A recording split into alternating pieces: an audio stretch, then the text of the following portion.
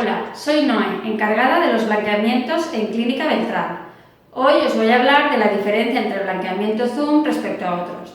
En primer lugar, consiste en aplicar el producto sobre el diente mediante esta lámpara LED, por lo que potencia su efecto blanqueando los dientes de una manera considerable. En segundo lugar, hablaremos de la sensibilidad, ya que es un tema que tanto os preocupa a la hora de elegir este tratamiento, por lo que en Clínica Beltrán te ayudamos a seguir unas pautas para que tu sensibilidad sea la mínima posible. En tercer lugar, deciros que en tan solo una hora en la consulta podrás obtener una sonrisa mucho más blanca, sin necesidad de hacer un posttratamiento en vuestra casa. Para más información, consulta nuestra página web.